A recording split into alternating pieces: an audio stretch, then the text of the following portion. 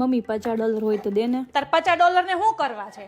Halloween ના કપડા લેવા છે. ભાઈ હેલોવીન જ છે અને તારે કઈ ભૂત બનવાની જરૂર નથી કે આપણા તહેવારો કઈ ઓછા છે. તું કઈ કા નવો તહેવાર લાવી તારો ભૂત બનવાનો? તારે મને પેલા કહેવાય ને કે ભૂત બનવું છે. હજુ હમણાં જ કાળી ચૌદસ ગઈ બોલ દિવાળીની, તો મારી ધોળી હાડી પહેરી હતી પહેરીને ઊભી રહી ગઈ હોત ને તો મારે વડા બનવાનો ટાઈમ બચી જાત ને. વડા કેટલા બધા આપી જતા હતા તો હું મારે વડાનું ખીરું બચી જાત ને. આ વિદેશી ભૂત કરતા તો આપડા ભૂતો હારા બોલ. એમાં તો કઈ ખર્ચો જ નહીં. ધોળી હાડી પહેરી લેવાની, વાળ ખુલ્લા રાખી દેવાના. કોઈ તને ભૂત નો કે મને કેજે એવું બનને ભૂતવાળી તેમાં. અને પાછા ભૂતોના કપડા હોય મને તો અત્યારે ખબર પડી ભાઈ હેલોવીન જ છે. હેલોવીન વાળી તેમાં તું મને એમ કેતો તારે કયું ભૂત બનવું છે?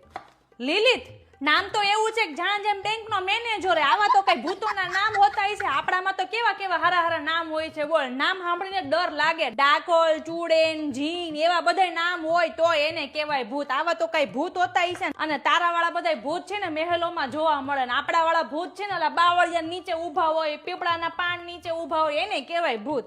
આ તો કઈ કહેવાતું હોય છે ભૂત? તેમાં કાંઈ આપણે ભૂત ભૂત બનવું નથી.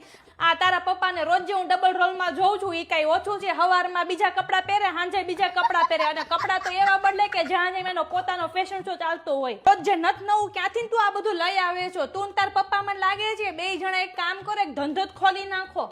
ભૂત